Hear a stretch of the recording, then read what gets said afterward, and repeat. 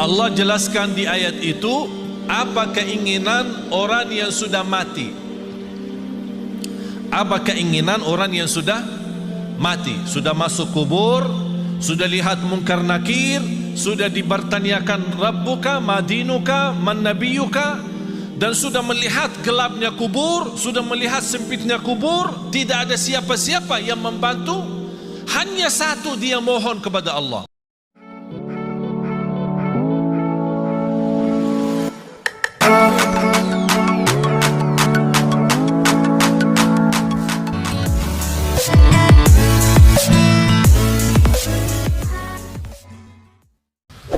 Saya masih ingat 2008 sampai 2010 saya masih berceramah bahasa Arab, ditranslate. Ya lama-lama jujur saja membosankan. Awal-awalnya orang semangat mendengar, tapi lama-lama bosan ini. Apalagi yang terjemahin tidak begitu semangat seperti semangat penceramahnya. Tapi subhanallah 2010 saya ingat pertama kali saya berceramah bahasa Indonesia. Bahkan waktu itu masih bahasa lucu. Sampai ada seorang ibu, mudah-mudahan ceramahnya begini aja, jangan lancar, supaya lucu katanya. Tapi subhanallah sedikit demi sedikit, saya tidak pernah ambil kursus bahasa Indonesia atau belajar bahasa Indonesia. Tapi saya selalu berdoa, ya Allah berikan kepada saya kemudahan bahasa yang bisa difahami. Faham enggak? Alhamdulillah. Kalau lancar tidak faham ya susah juga kan? Walaupun tidak lancar tapi anda faham, dan inti daripada dakwah adalah memahami apa yang kita sampaikan dan bahkan mengamalkan. Karena inti ilmu bermanfaat, manfaatnya adalah diikuti dengan amalun salih. Tak ada arti kalau bapak ibu datang jauh-jauh sampai ke tempat ini belajar ilmu tapi pulang tidak ada penambahan amal. Ada nambahan ilmu tapi tidak ada tambahan amal. Padahal Allah Subhanahu wa taala menjaminkan kita bisa selamat dari kecelakaan dan kerugian itu dengan iman kita dan amalun salih. Sebagaimana firman Allah Subhanahu wa taala di suratul Asr, dan saya yakin Bapak Ibu semua hafal. A'udzu billahi minasy syaithanir rajim. Bismillahirrahmanirrahim. Wal 'asr.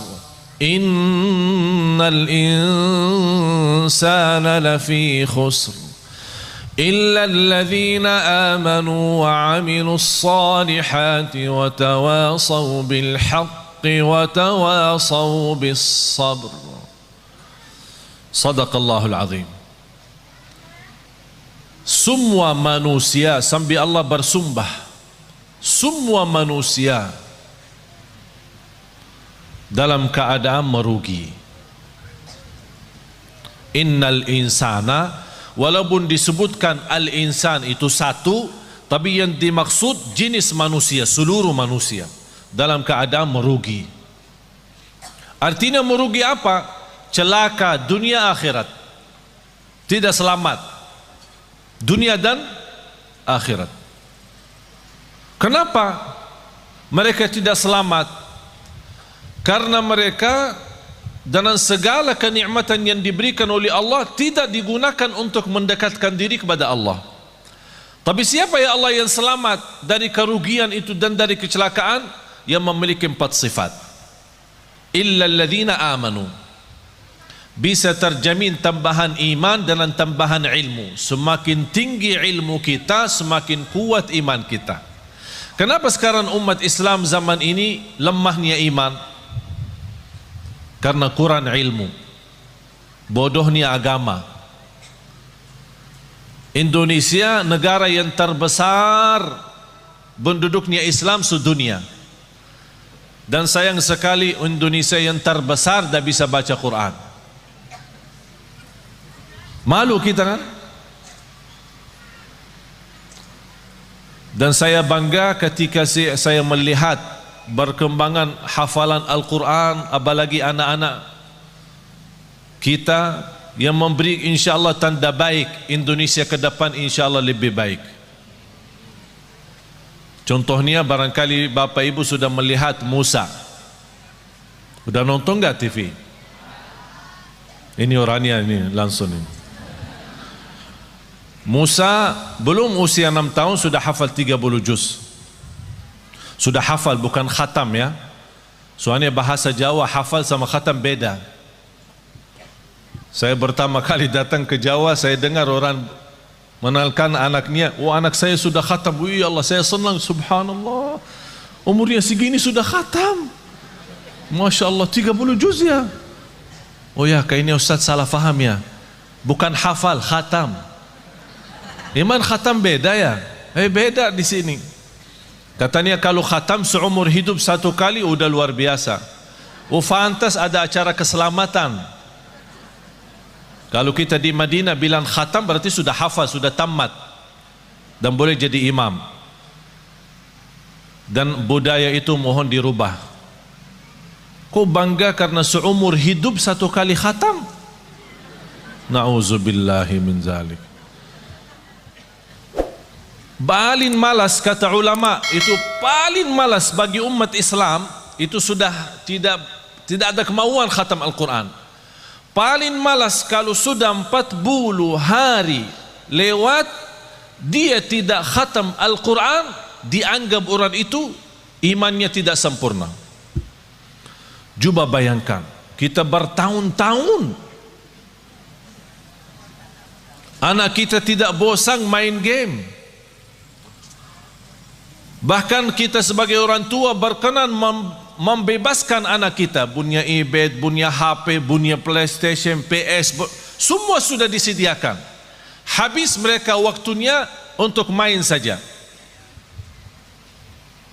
Habis sudah mereka sudah usia, sudah semakin besar, baru datang bapak dan ibu, tolong Syekh, apa? Doakan Syekh. Oh kenapa? Anak saya susah salat. Emang anakmu umur berapa? Sudah 30 tahun Syekh. Ya karena kita sudah biasakan mereka sejak kecil tidak memberikan perhatian kepada salatnya, tidak memberikan perhatian kepada Qur'annya. Jangan harap anak itu bisa tumbuh dalam kesalehannya. Punya kewajiban orang tua, punya kewajiban yang begitu berat. Saya tidak minta harus anda membina anaknya sampai harus hafal 30 juz, tapi harus komitmen, harus disiplin. Setiap hari kita berduduk sama anak kita walaupun satu ayat, supaya dia tertanam mencintai Al-Quran dan mencintai masjid. Kita hanya hafal. Berintahkan anakmu 7 tahun, berintahkan anakmu salat. Kalau sudah 10 tahun tidak mau salat, mukullah dia supaya bisa salat. Semestinya sebelum kita berintahkan, ini berintah kalau sudah 7 tahun. Maksudnya Rasul apa? Sebelum memerintahkan, biasakan dia dulu supaya terbiasa. Artinya apa? Sejak dia kecil masih di bawah 7 tahun kita boleh membiasakan dia untuk bisa salat, untuk bisa membaca Al-Quran. Sampai kalau sudah 7 tahun kita tidak punya, sebelumnya tidak punya kewajiban untuk memaksa atau memerintahkan. Tapi kalau sudah 7 tahun baru mulai tugas baru adalah memerintahkan. Tapi supaya perintah itu bisa diterima dengan baik dan senang, kalau sebelumnya sudah membiasakan dia cinta Al-Quran dan cinta masjid, baru akan ringan menerima perintah dari orang tua. Anak salat, ya salat. Sekarang apa yang kita lihat? Apalagi kalau kita perhatiin masjid-masjid, yang paling ramai di masjid itu sudah bapak-bapak, sudah tua, mengharapkan husnul khatimah. Langkah-langkahnya aja susah berjalan, pelan-pelan aja ke masjid. Ditanya, Pak, anaknya mana? Oh dia di rumah lagi tidur. Tapi coba bayangkan kalau jam sekolah, Pak, anaknya di mana? Oh, lagi sekolah. Karena kita membiasakan kalau bangunin dia subuh, ketika salat subuh tidak begitu kita menaturkan dan komitmen supaya dia bisa menjaga salat subuh, apalagi di masjid. Ayo nak, bangun nak, sudah azan nak. Ya, kedingin lah, nantok. Oh, nantuk ya, ya udahlah. Malah ditutupin selimutnya lagi. Pas jam sekolah jam 7, bangunin lagi. Ayo nak, bangun. Masih nantuk. Bangun sekolah. Wih, marah sekali. Pas sekolahnya marah. Kalau benar-benar kita cinta dan sayang anak kita, ingat firman Allah Subhanahu wa taala, ya ayyuhalladzina amanu qu anfusakum wa ahlikum nara. Kita sebagai orang tua punya kewajiban berjuang untuk menyelamatkan anak kita dari neraka jahanam. Bukan sekolah yang bagus.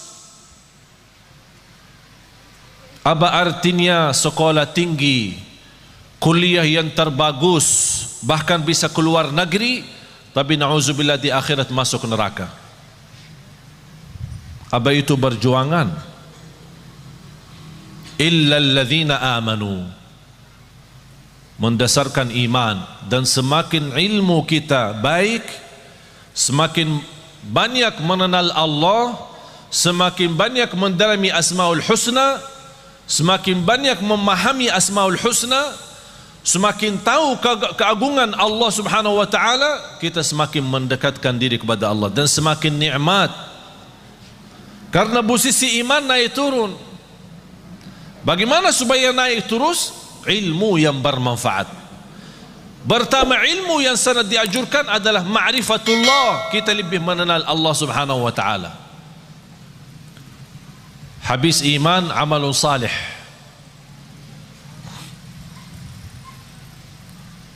Dan amal salih itu kalau tambah iman tidak ada arti.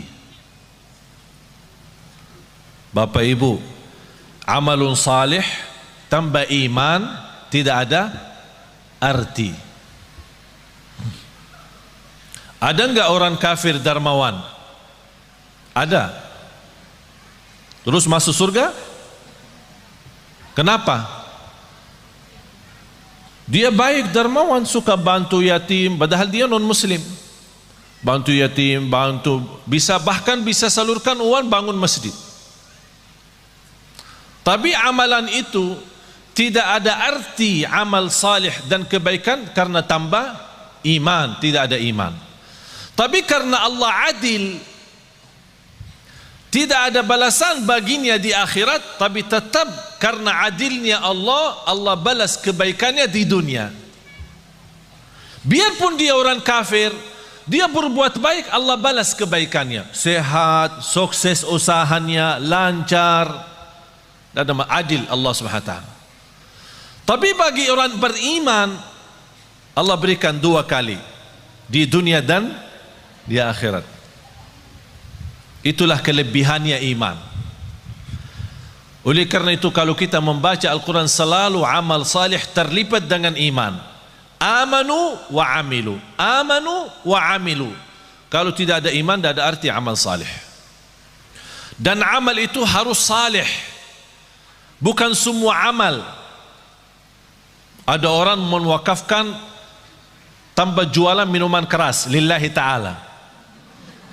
Amal kan? Saya nawaitu beramal. Oleh karena itu tidak boleh dinamakan amal jariyah, tapi dinamakan sedekah jariyah. Karena amal jariyah, amal yang dimaksud macam-macam. Ada yang baik, ada yang buruk. Wa amilus salihat. Bapak Ibu, di antara amal salih yang sangat berguna bagi kita hidup maupun mati adalah sedekah. Terjamin berkah harta karena sedekah.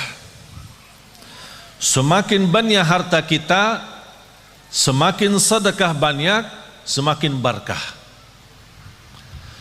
Istilah berkah bukan artinya harta kita banyak. Walaupun harta kita sedikit, tapi karena sudah di dalamnya ada kata berkah, harta yang sedikit itu sangat berguna untuk kebutuhan kita. Ada orang kaya raya, saya kenal tapi stres. Kaya raya, punya pesawat pribadi, rumahnya di mana-mana. Pas ketemu sama saya, pas isi acara di rumahnya, habis mulai tamu keluar, dia ajak saya ke dalam. Saya mau ngobrol sama saya. Pas begitu masuk, ada kantor pribadi beliau di dalam rumahnya. Begitu tutup pintu, malah dia peluk saya dan menangis. Pak, kenapa menangis? Takut. Apaan takut? Takut kehilangan harta itu.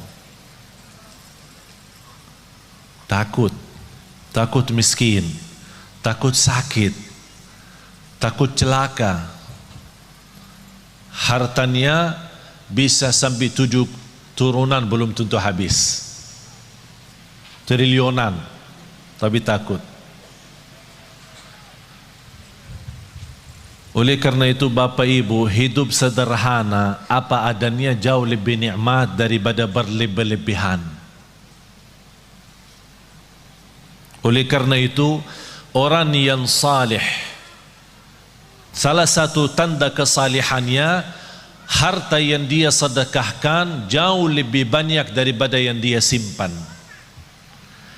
Tapi dasar itu bisa menjadi ringan, sedekah lebih banyak daripada yang kita simpan adalah iman yang kuat. Tapi kalau imannya lemah, mana bisa? Saat bersedekah dia hitung-hitungan. Kalau diajak rame kumpulin sedekahnya, dia buka dompetnya, ada isinya 1.000, 10.000, ada 100.000.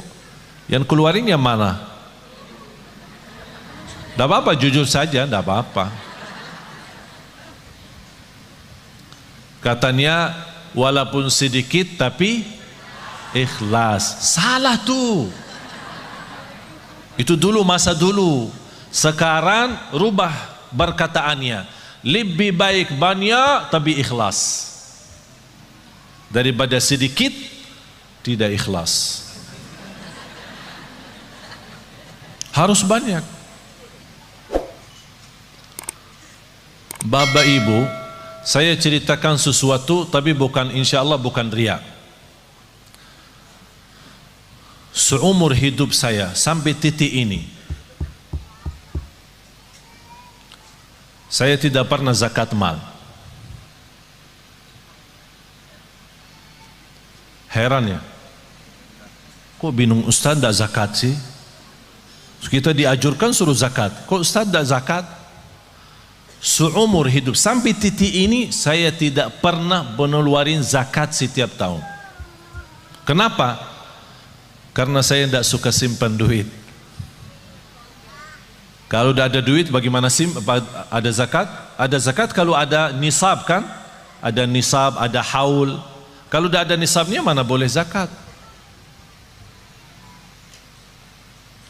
Dan aku heran terhadap seorang yang Allah berikan kelebihan rezeki, tapi saat dia berzakat dan sedekah itu sepertinya merasa takut kembali miskin. Wallahi hidup miskin di dunia lebih baik daripada hidup miskin di akhirat. Kenapa? Karena hidup miskin di dunia seberapa lama pun tetap namanya sebentar.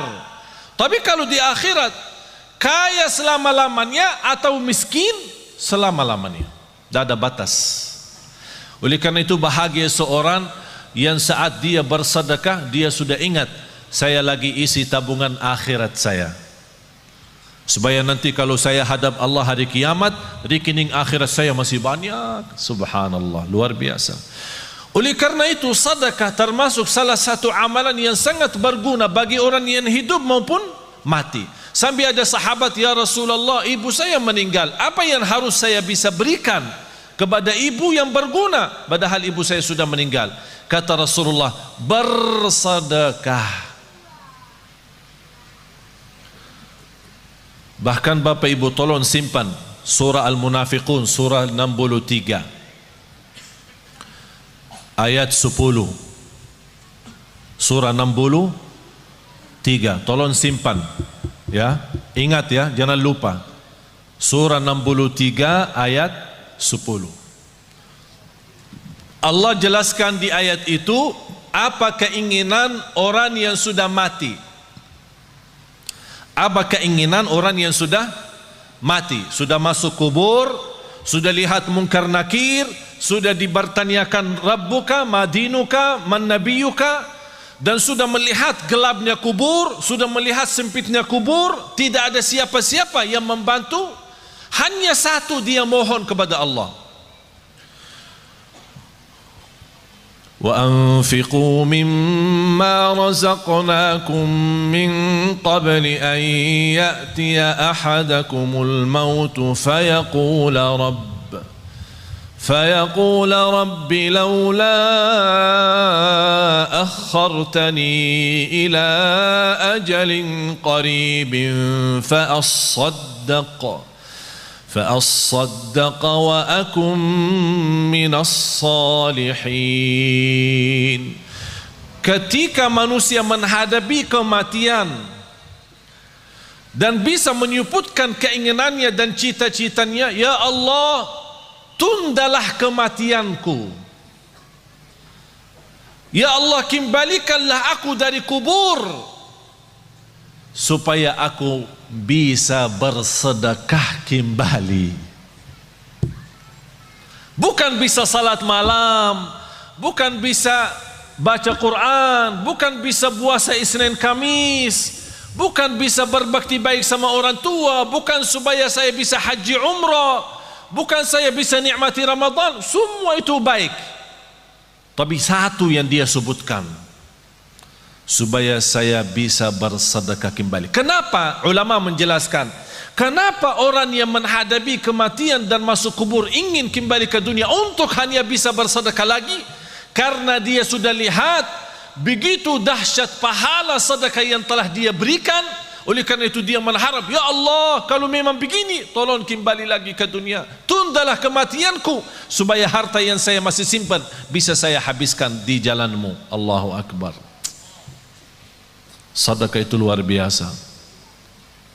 Bahkan saking indahnya sedekah itu, Allah berikan satu pintu khusus namanya babus sedekah di surga. Jadi ada orang punya kelebihan apa? Ini ada babus sedekah masuk. Seperti Sayyidina Uthman. Sayyidina Uthman ibn Affan yang terkaya. Tahu enggak Bapak Ibu, ada satu cerita barangkali Bapak Ibu pertama kali mendengar. Sampai sekarang jarak kita antara kita sama Sayyidina Uthman 1400 tahun. Sampai sekarang ada satu rekening di bank di kota Madinah atas nama Uthman ibnu Affan radhiyallahu an. Sampai sekarang. Itu apa? Beliau kan orangnya dermawan, suka bersedekah. Di antara sedekahnya dia menwakafkan sumur air yang dimiliki oleh orang Yahudi. Orang Yahudi ketika di zaman Rasul, orang Muslim mau minum, dia jual mahal. Jadi orang yang mampu bisa beli, orang yang tidak mampu tidak bisa. Kata Sayyidina Uthman begini, satu hari saya bayar. Satu hari saya bayar untuk umat Islam. Jangan tolak orang. Biar apapun, seberapapun dia ambil, biarkan saja. Dan satu hari untuk kamu. Jadi kontrak. Satu hari buat saya, satu hari buat kamu. Tapi apa yang terjadi? Di hari giliran Sayyidina Uthman, orang Yahudi suka mensusahkan orang Islam untuk menambil air. Beralasan air hari ini kurang, air hari ini tidak lancar, air hari sumurnya tidak begitu penuh. Banyak macam alasan membuat orang merasa kesusahan. Dapat berita oleh Sayyidina Uthman ibn Affan radhiyallahu an, langsung datang ke orang Yahudi, saya tawarkan, saya mau beli sumur itu. Orang Yahudi cintaannya harta.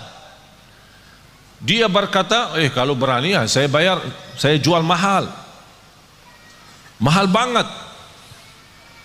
Tapi karena Sayyidina Uthman radhiyallahu anhu tidak pernah menghitung-hitungan kalau saat di jalan Allah. Berapapun harta, berapapun biayanya, saya yang beli. Begitu sudah jadi membeli sumur air itu, kata Sayyidina Uthman, ya Rabbi, saksikan sumur ini wakaf lillahi ta'ala sampai hari kiamat. Sampai titik ini penghasilan sumur air sama kubun, ada satu kubun namanya kubun Sayyidina Uthman, dibeli sama, karena bukan hanya sumurnya, dibeli kubunnya, kubun kurma.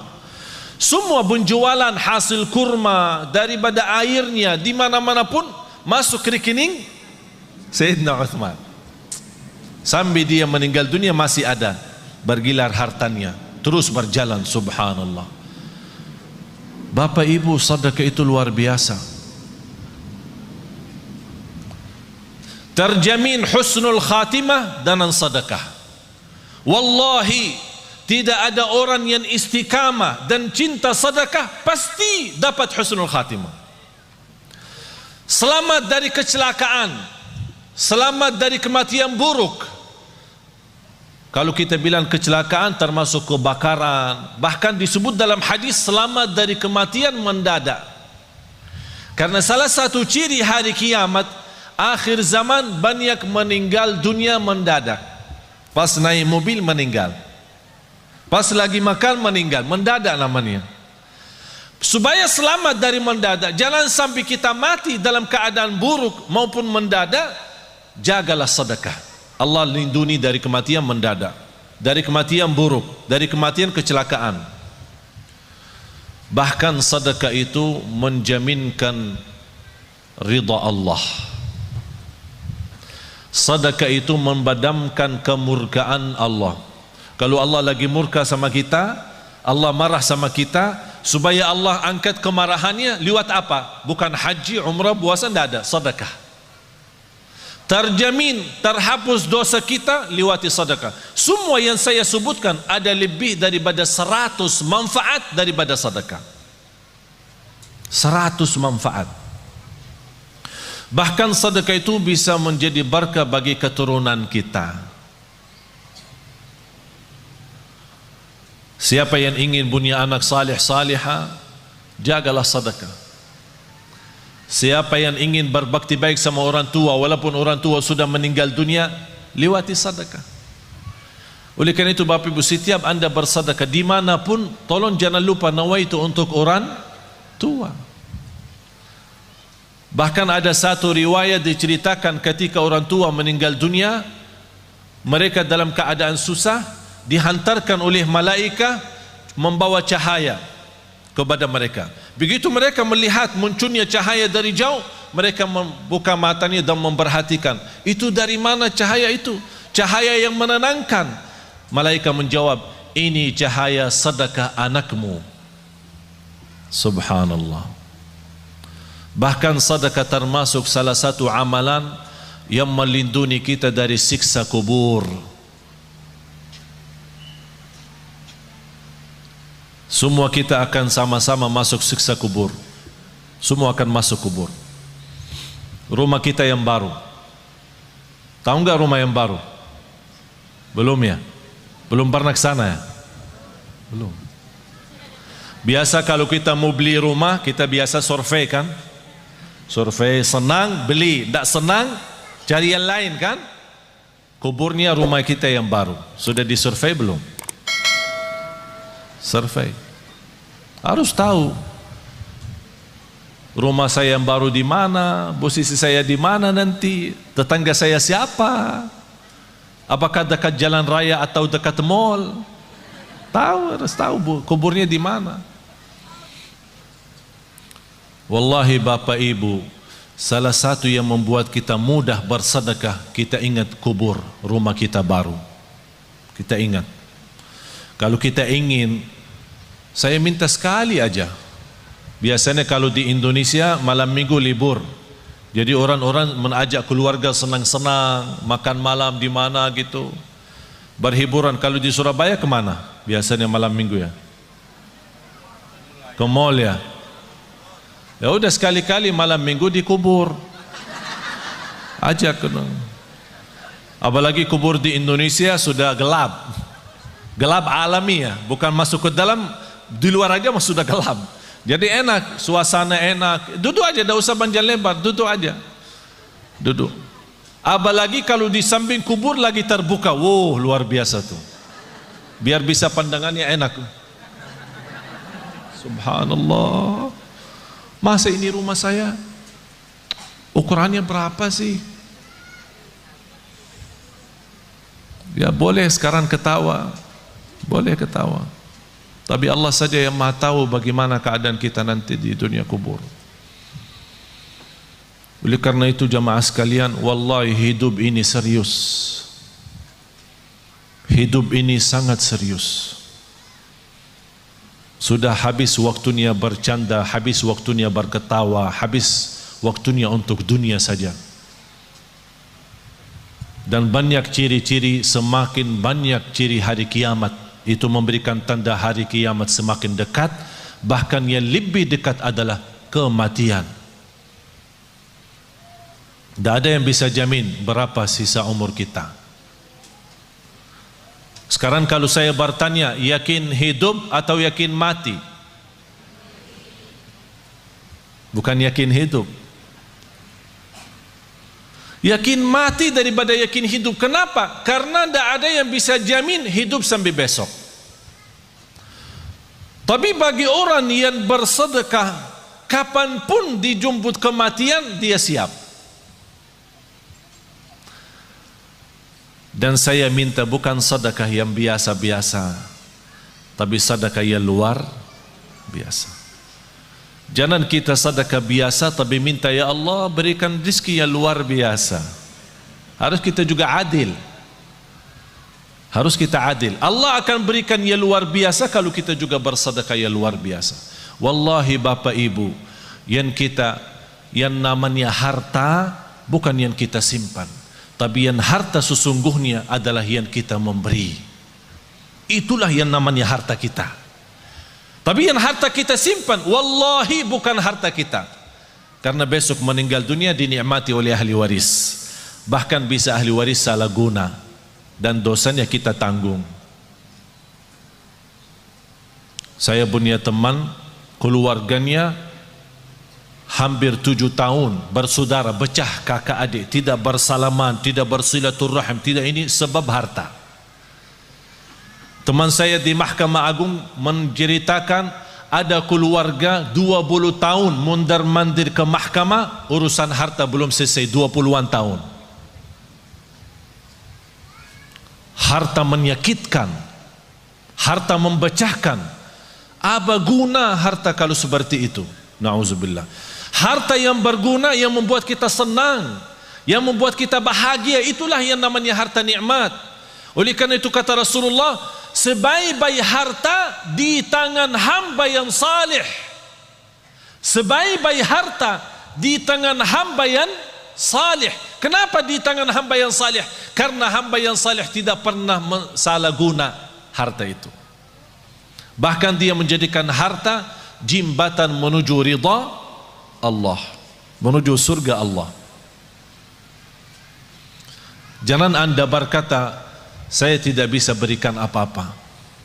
Dan saya tidak minta Bapak Ibu sekarang sebelum Anda pulang udah kosongkan rekening semua, blokir, habiskan, transfer semua isi rekeningnya kepada Yayasan Nurul Hayat. Saya tidak minta Anda sekarang buka tasnya, habiskan semua yang ada isinya. Tapi lepas ini, aduh, gara-gara Syekh jadi begini. Karena kita belum memiliki iman seperti Abu Bakar As-Siddiq. Abu Bakar As-Siddiq datang Sayyidina Umar ketika Rasul mau hijrah. Sayyidina Umar datang membawa separuh harta. Sayyidina Umar waktu itu cukup kaya, separuh. Jadi kalau punya 2 rumah, ikhlas 1 rumah. Kalau punya 2 mobil, ikhlas 1. Kalau punya 2 istri, ikhlas 1. Subhanallah, luar separuh harta dia ikhlaskan. Sampai Sayyidina Umar merasa dirinya sudah begitu luar biasa berbuatan kebaikan. Barangkali tidak ada yang terbayang, siapa yang mau kurbani separuh harta? Kalau kita tabungan akhirat, tabungan rekening kita 100 juta, berani nggak 50 juta? Ya berpikir dulu katanya. Berpikir dulu. Kalau mau masuk surga, Bu, kalau mau masuk surga mau bertanya suami dulu ya. Mau bertanya suami dulu ya. Banyak yang salah mengerti soal nafkah. Ada kewajiban nafkah dari bapa kepada istri. Ada namanya nafkah uang belanja. Uang belanja rumah. Jadi apapun yang di kebutuhan rumah diserahkan bapa kepada ibu, belanja sayur, belanja makanan, pokoknya semua kebutuhan rumah. Ini namanya nafkah umum, nafkah bersama. Tidak boleh disalahguna tanpa izin suami. Ada nafkah yang namanya pemberian dari suami kepada istri. Sayang, ini untukmu. Buat apa? Ya terserah. Ada orang ibu, suami saya suka kasih saya untuk beribadi setiap bulan misal 3 juta atau 2 juta. Tapi kadang-kadang saya bingung, kalau bersedekah apakah minta izin suami? Enggak. Itu namanya hakmu sendiri. Apapun digunakan tidak perlu minta izin suami. Tapi jangan uang pribadi yang diberikan oleh suami disimpan, uang belanja buat rumah disedekahin. Ditanya sama ini, kok habis makanan di rumah? Kemarin Syekh Ali ajak kita bersedekah, jadi saya salah keluarin uang belanja yang saya pakai. Itu yang harus izin suami. Bapak Ibu jamaah sekalian, sedekah itu ketika Rasulullah SAW didatangi oleh Umar bin Khattab waktu hijrah. Ya Rasulullah, ini separuh harta saya untuk perjalananmu hijrah ke Madinah.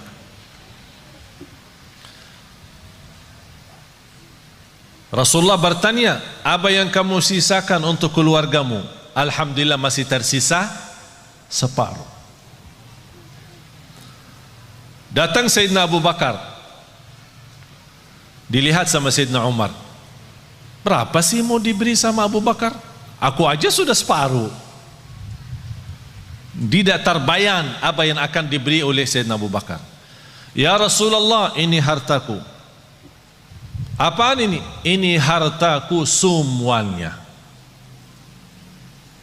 Apa yang kamu tinggalkan untuk keluargamu? Allah. Saya tinggalkan Allah. Sayyidina Umar berkata, saya tidak akan berani lagi lawan Sayyidina Abu Bakar.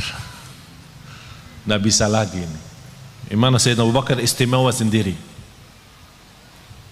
Tapi Bapak Ibu jangan coba-coba ya. Datang ke Yayasan Nurul Hayat, ini harta saya semua, terus buat keluarga saya tinggalin Allah. Gila loh. Dianggap gila. Tidak wajar.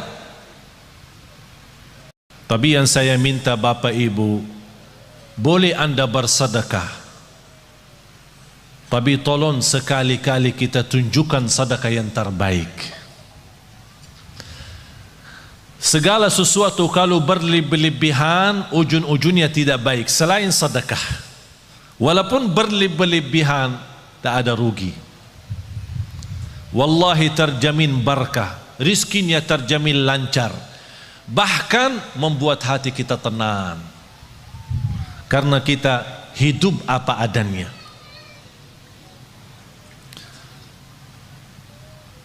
Ada satu amalan yang saya harap Bapak Ibu bisa amalkan.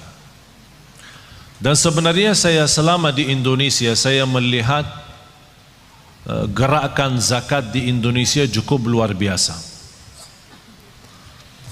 Tapi kenapa semakin banyak zakat mal, tapi semakin bertambah kemiskinan? Padahal kalau kita lihat susunan rukun Islam, mulai syahadat, salat, zakat, puasa dan haji, terletak zakat di situ sebagai salah satu rukun Islam karena ujungnya untuk meningkatkan ekonomi umat.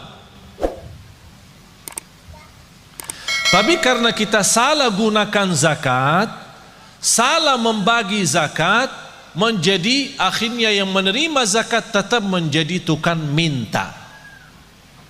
Seperti beberapa waktu lalu di bulan puasa terjadi di Surabaya, membagi zakat 5.000.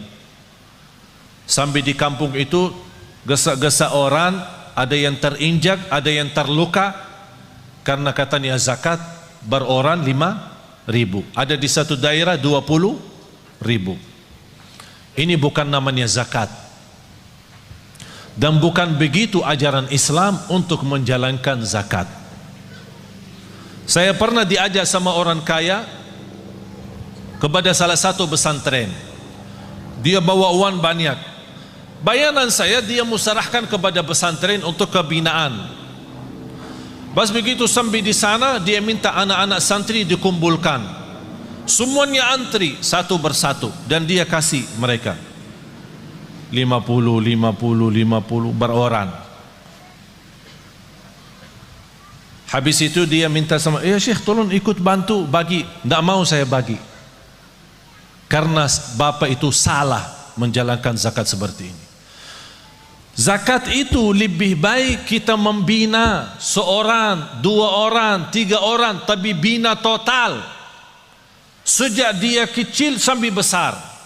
Dia anak yatim sampai dia tamat sekolah, bahkan kuliah sampai dia bisa mandiri sendiri. Itulah namanya zakat yang bisa membuat orang lain bisa hidup mandiri, bahkan besok dia bisa memberi zakat daripada menerima zakat lagi. Kalau kita kenal keluarga miskin, kita bisa memberikan modal bisnis dengan kontrol. Kita buat program dan kita tetap kontrol mereka supaya tidak salah guna modal itu. Insya Allah yang pertama menerima modal dari zakat, besok dia sukses dan maju usahanya, dia akan memberikan zakat. Sampai datang satu waktu seperti Sayyidina Umar ibn Abdul Aziz, orang bawa zakat, wahai Amirul Mukminin, kami punya uang zakat tapi tak ada yang terima. Ternyata karena semua penduduk di zaman Umar bin Abdul Aziz adalah memberi zakat, tak ada yang menerima lagi. Kenapa? Karena zakat saat itu betul-betul untuk membina, bukan hanya sebatas bagi.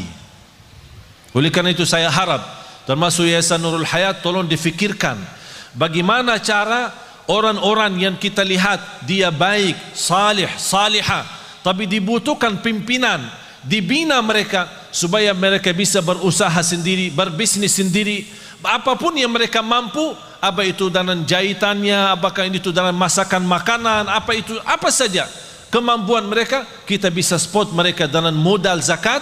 Nanti dari situ awal-awalnya bisa 1 tahun 2 tahun dia tetap menerima, tapi besoknya insya Allah terjamin dia akan memberi.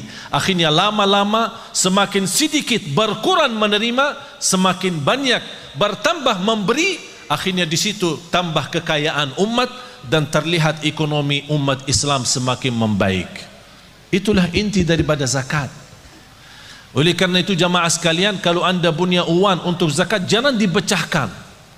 Misal zakat mal 5 juta, jangan kasih anak yatim 50.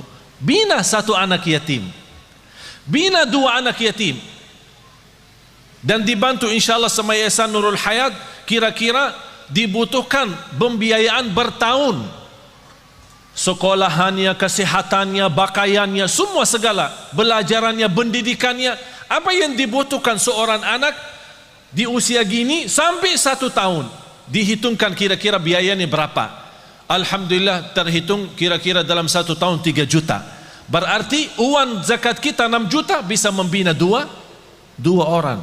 Akhirnya mereka ini sudah dicukupi dengan segala sesuatu, tidak butuh apa-apa, sampai dia besar, mandiri, tidak menjadi tukang minta. Tapi kalau kita beri 50, 20, dia merasa tidak cukup untuk hidupnya, akhirnya dia terpaksa lari meminta sama orang lain untuk menutupi kebutuhannya. Itulah tersebar anak-anak kita selalu menjadi tukang minta, bukan menjadi berguna bagi negeri ini.